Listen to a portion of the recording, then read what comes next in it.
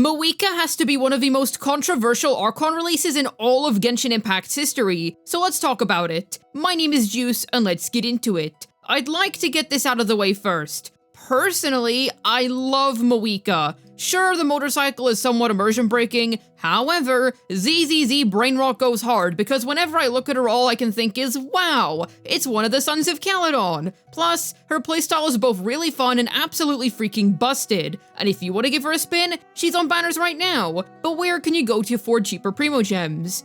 Good news, Loot Bar's here to help us out. Loot Bar is a splendid service which can offer you cheaper Stellar Jades compared to the official prices shown in-game. Look at this comparison between the official cost and the Loot Bar cost. New users get a wonderful 8% off, and the prices are up to 23% cheaper compared to the official channel. Loot Bar is a fully saved service and has countless positive reviews, but how does it actually work? Allow me to show you. First, input your UID. That's right, you need no login information whatsoever. Choose your desired package, and then look at that. More Primo Gems for me. This is all legit since the site uses a VPN, which is how they cheapen the Primo Gems, and official top-up methods are used. Check out Loot Bar today to save on all your gacha needs. However, despite my personal love for her, I've noticed a lot of talk from folks regarding aspects of Mavuika which were disappointing to them. One major thing that I've noticed is that a whole lot of people are disappointed that she wasn't a Bennett replacement. In fact, Bennett is quite frankly glued to her hypercarry teams. Here's the thing, we have been waiting for a 5-star Bennett for goodness knows how long. It has been ages.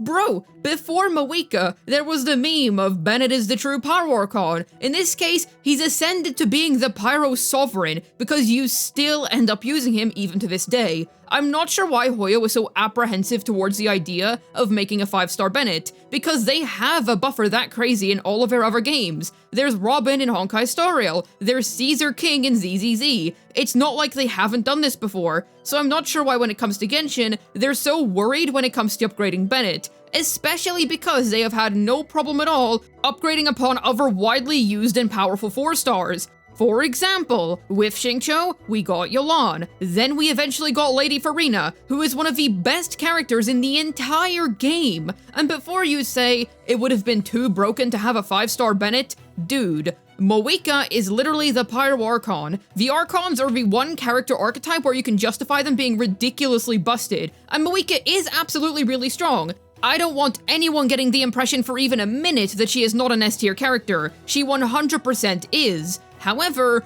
you can't deny that it feels like they focused way more on her DPS playstyle as opposed to her support playstyle. That's not to say that her support playstyle is bad, not by any means. The Pyro Ring, excellent. Her A4, really neat. But with all that being said, Bennett still ends up being one of the top meta characters of Genshin Impact.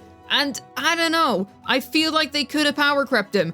I don't think that adding a bunch of attack buffing to Mavuika's kit would have been that bad of an idea, because A, Hoyoverse does in fact make characters that broken in their other games, and B, the Abyss is getting way harder all of a sudden. HP inflation is finding its way in Genshin Impact, which I am not really a fan of, so powerful characters like that can help us keep up with such a thing. And C, just because there's a new powerful 5-star variant of a character doesn't suddenly mean that the 4-star version of them is suddenly a really bad character. Xingqiu is, for all intents and purposes, still a good character. Now if you have Farina and Xilonen, sure, you're not really going to use him anymore, but he's still good. It's not like Mavuika power creeping Bennett would have suddenly wiped him off of the face of the earth. She did at least power creep Xiangling in most instances. There are still some situations in which you would rather use Xiangling, sure, but generally speaking, she has trounced the Leo chef at last. I've also seen quite a lot of disappointment swirling around her restrictiveness when played as a main DPS, because you really want either Lolly or Xilonen, and that's because of Nightsoul. You want her to generate fighting spirit.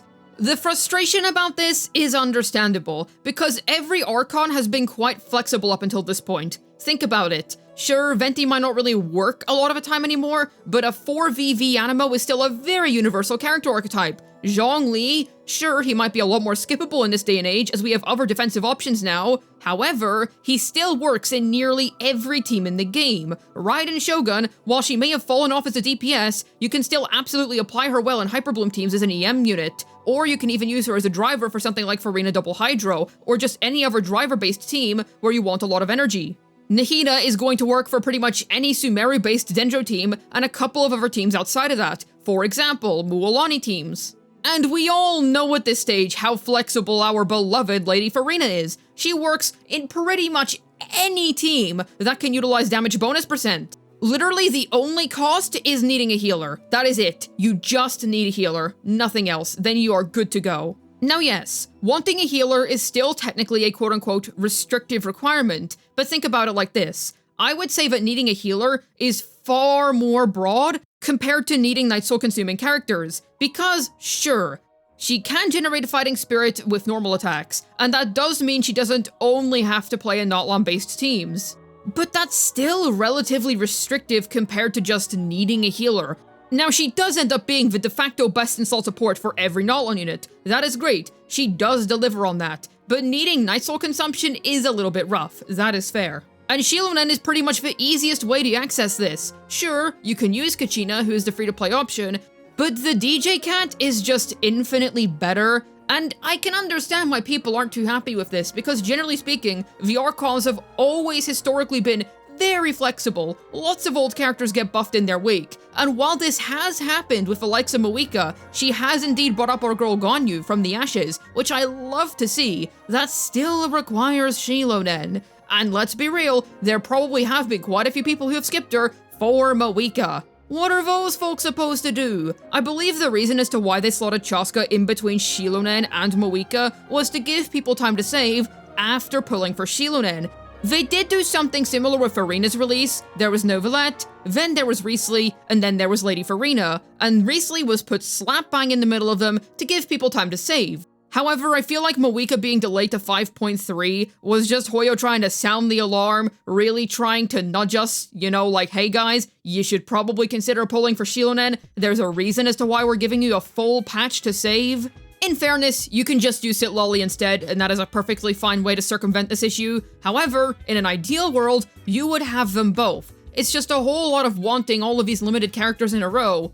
And while it's completely normal for the Archon of a region to synergize best with the characters that come from their respective region, it's never been this restrictive. Typically, the way they handle it is that units that come from the region that the Archon comes from will be able to utilize their mechanics the best. For example, Novelette builds up Fanfare really fast. However, it's not like Farina's burst is going to straight up not happen if you use her with characters that aren't from Fontaine. Now, the thing with a fighting spirit gimmick is that it feels like somewhat of a necessary evil in my opinion, and let me explain myself.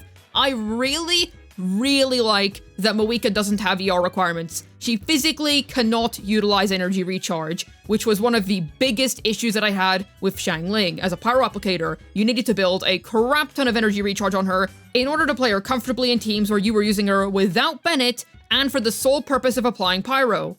So I like the gimmick of characters that physically cannot have energy recharge requirements, or pyrogenically in this case, haha. They do this in Honkai Star Rail sometimes with the likes of Fei Xiao or the likes of Acheron. It's a cool gimmick inherently speaking. My issue is that I feel like it could have been handled a bit differently, just a little less restrictive. Were normal attacks really the only thing they could think of? Another point of contention that I've seen people have regarding Mavuika is that Arlecchino in specific got Powercrept way too fast. She was the best pyro DPS in the game, only challenged by Vape Linny ever since 4.6. She had so much going for her. Then we had 4.7, 4.8, 5.0, 5.1, and 5.2. 5 patches. She was the best pyro DPS in the game for 5 patches before she even got her first rerun. This is something that Hoyoverse does sometimes, not always, but sometimes, that really annoys me, when they'll release this banger crazy character and then power creep them before they even get their first rerun. Unless the character is free, that should not be happening. They should at least have 2 banner cycles worth of lifespan in my opinion. Especially because Arlecchino is really popular. People love that character. Shoot, I love that character. We all do. She's awesome. So it's really weird to me that they decided to power creep her so soon, because think about it like this. They had her hyped up ever since that Fatui trailer for like 2 years. Correct me if I'm wrong, but I believe it was roughly about 2 years. And then they power crept her in 5 patches? Really? Now, it could just be unfortunate timing of a release.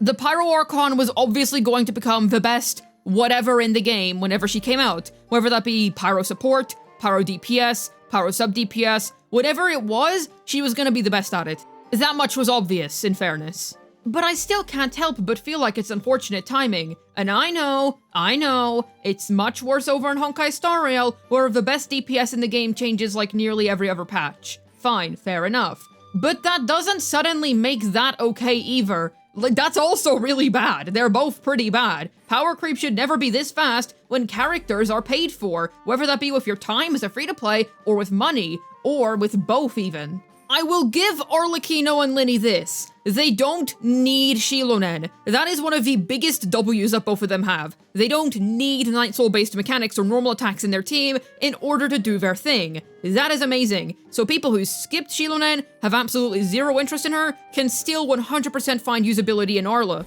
But it just sucks, man. I kinda wish they went for a more ZZZ-esque power creep type thing, and where there's not really been power creep in that game yet, which, to be fair, there very well could be power creep later on. That game is still literally in its young stages, it's not even in 2.0 yet, but at least in that game, for those of you who don't play it, there's never really been true power creep. It's more like, you pull for a DPS, and then you want to pull for their best supports around them, one of which will always be in the same sort of faction or group as them. So even if a new best character comes out of that class and of that elemental type, they can't immediately power creep the old character because they might not fit into that same faction or fit in with the faction bonus. But that's more general talk about power creep, it's not really linked to Mavuika directly. I do think that Hoyoverse is getting a little bit too comfortable with adding crazy HP inflation and adding ridiculous power creep into all of their games. All in all, despite the controversies surrounding her release, she still did deliver on the one core thing that every Archon tries to deliver on, being the absolute prime S-tier character of their respective time period. Her strength certainly shows through, that much is undeniable. With that being said, do you still find yourself disappointed with what came of Mavuika,